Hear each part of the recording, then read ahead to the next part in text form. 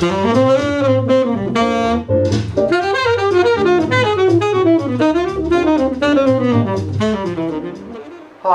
today I'm going to talk about tone, how you can get a better tone, how you can increase your lung capacity, and really how to build the muscles of the embouchure.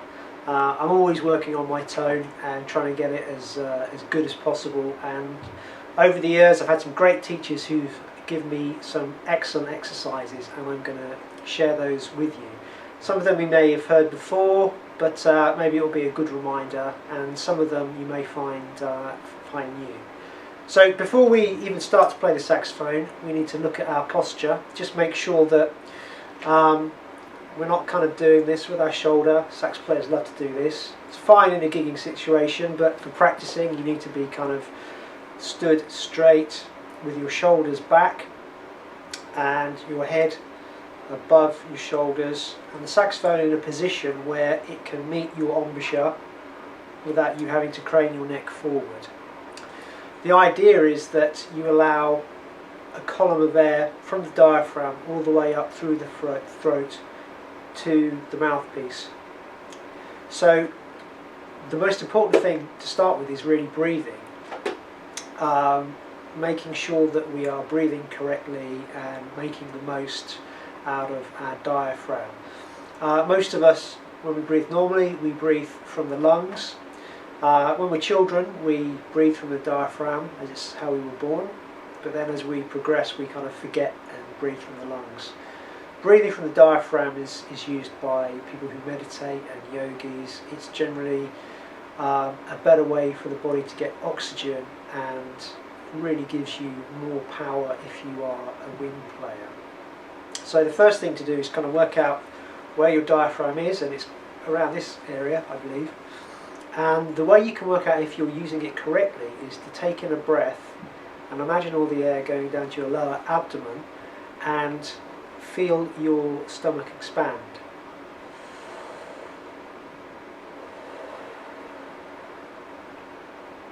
So when you inhale, your stomach expands, and as you exhale, your stomach contracts. And a really good way to practice this is to lie on the floor, take a book, place it on your stomach, and as you breathe in, the book should rise, and as you exhale, the book should lower. It's a bit of a strange thing to get used to, a bit of a strange sensation, but if you incorporate it into your long note practice, then this is something that will just become second nature. So let's talk about long notes. It's something we all have to do continuously to maintain our chops and to develop our chops. And we're just going to go over the basics of those again, because it's always good to be reminded. So just take a note that you're comfortable with, and what we're going to do is we're going to take in a really deep breath into the diaphragm, and then we're going to exhale, keep the note nice and soft. Then the note's going to get gradually louder and then gradually softer.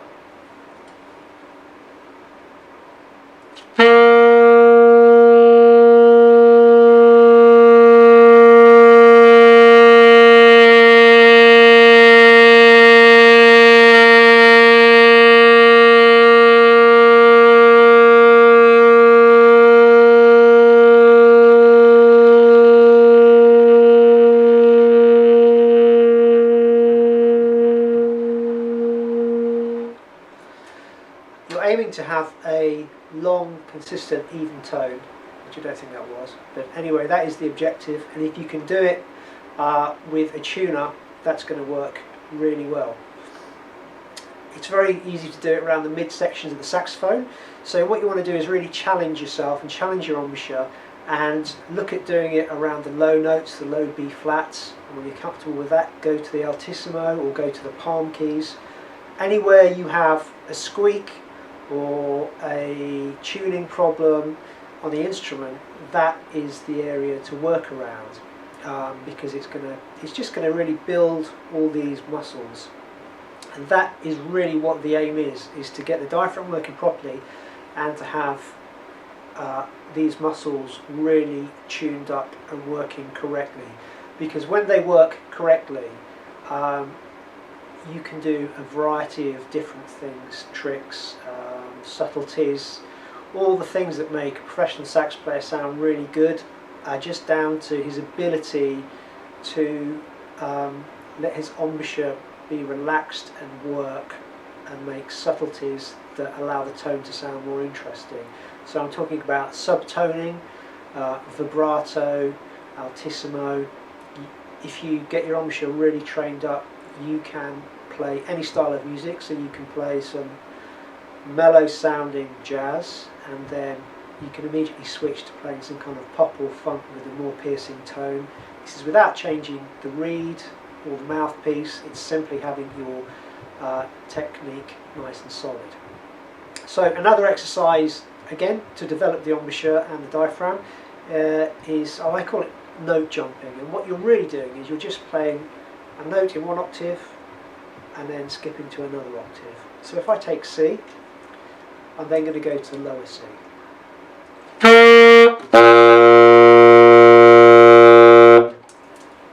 So that was nice and crisp. There was no kind of note splitting or breaking in between. If you find that you can't do that, then start with a smaller interval. Just go, a couple of notes below that. But the idea is that you can play as great an interval as possible without too much moving of the tuning and hopefully no moving of the embouchure.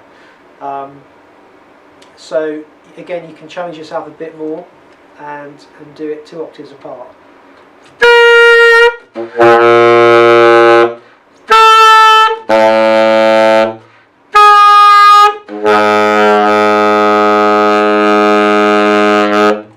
Yeah, a bit of a gurgle on that last one.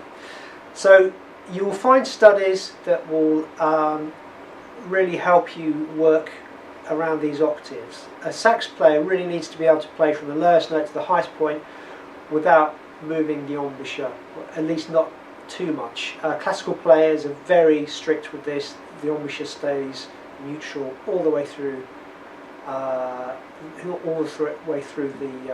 octaves.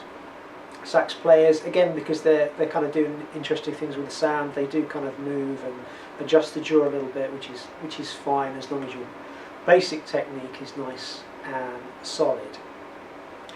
So the next exercise is called overtones, and it's really getting a series of tones just from one note. Again, this really allows you to develop the really tiny muscles in the embouchure and get a sense of how you can position your mouth on the mouthpiece to get subtleties like vibrato and slurring and all sorts of different styles.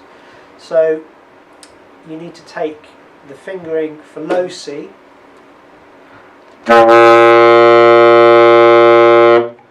then what we're going to do is we're not going to move anything with our fingers, but we're simply going to try and hear another tone. So if you can try adjusting your throat, you can try adjusting your embouchure slightly, but here's what the desired effect is.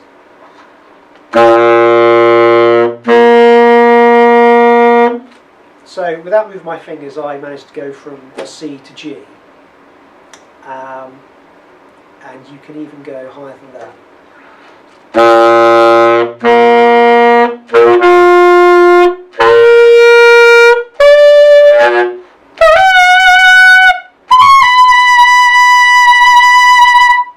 So that's all from low C, and what I'm doing is I'm putting subtle pressure on different parts of the reed.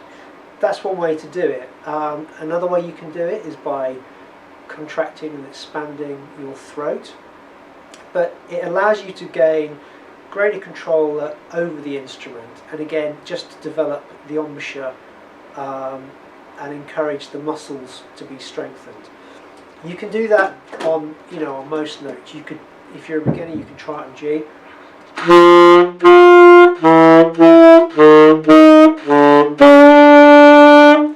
Just kind of seeing what's going on and what allows you to do that. A lot of beginners, when they start playing over the octave key, they get a squeak and they get breaks in the note. Exercises like this are exactly what you need in order to kind of iron out all of those problems. So the overtone exercise, again, that will really kind of help get the embouchure into shape. Another thing you can do, because it really is about developing these muscles, is to play with a reed a harder strength up than you normally do. So if you play on a 2.5, try a 3. But the goal is just to play on that 3 while you warm up. That's going to be like going to the gym for your embouchure, because you're just giving it more resistance than it's used to, and you're challenging it. And that's what you really want to be able to do, is to challenge the muscles, so you get an even greater sense of resistance. So it might be a little bit difficult and painful at first, but just persevere with it. You know, maybe just do 5 or 10 minutes with a slightly harder reed, and then as you go on to your practice regime, just switch back to your normal reed.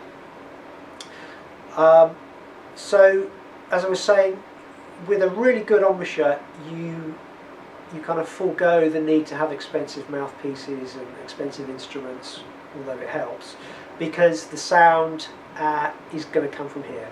It's all from here, and it's also very personally. Everybody's embouchure is slightly different. There's a few variations on how your embouchure should be. I'm not really going to go into that, but if you continue to do the long notes and build your technique, you will be able to be quite versatile with your sound and what you do. So for example, just by applying a bit more energy through the saxophone, I can get more of a kind of poppy tone.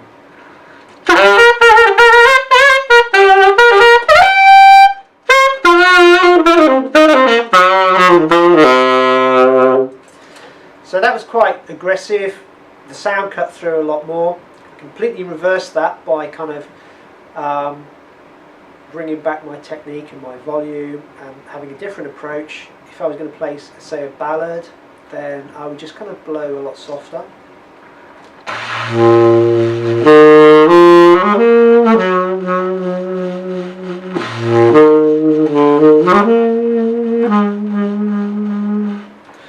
So I've got the technique available, so I can really control the amount of air that is coming from my diaphragm and controlling the amount of volume and projection. So I'm just going to give you one last exercise. Not many teachers teach this, I don't know why. This has come from some great American players, have passed this on to me, and I have to say it really changed how my sound sounded and my ability to get things like the altissimo and the lower notes. So it's going to look a little bit weird, but what you're going to do is you're going to take the saxophone and you're going to play long notes out the corner of your mouth.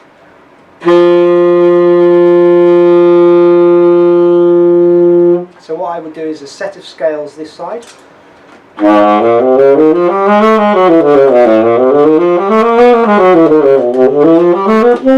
I'd go through all 12 keys, and then I'd repeat on this side.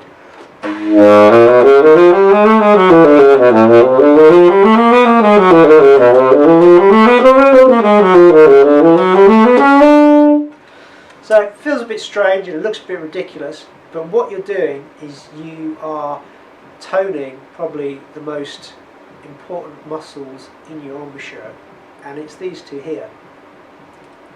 Couldn't tell you what they're called, but these will support the mouthpiece, because when we play normally, the support is supposed to come from here, and we also have support from the upper and lower lips, but what we really want is to have these muscles really toned, because it allows us to take the pressure off these lips.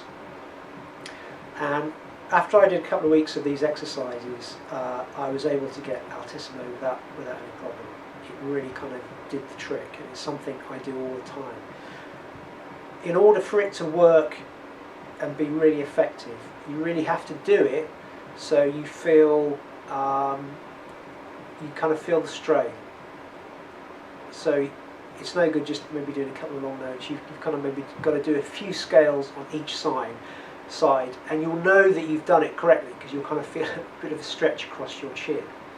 But then when you come to play normally, you will actually feel the difference straight away, because your mouth just feels like it's more in control of the whole mouthpiece. So that exercise I can't rate highly enough. There are a million of other exercises for the embouchure, and they all kind of do different things and serve different purposes, but these are just the basics. So just to summarise, you need to have your posture together, your breathing correct, you need to be able to do your long notes comfortably with a tuner.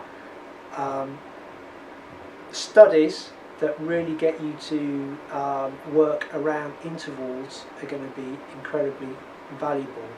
And apart from all that, if you're trying to get a specific sound or sound like a specific player, then the best thing you can do is listen to them, see what they're doing, and see if you can imitate their sound.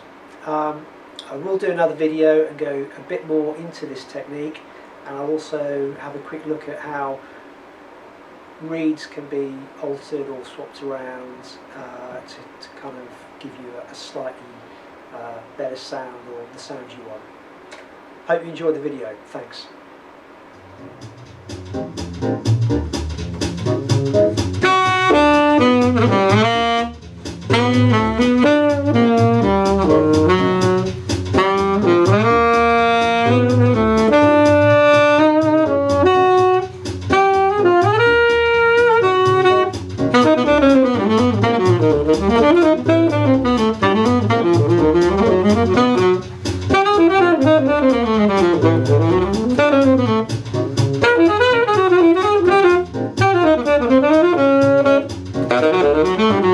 Thank you.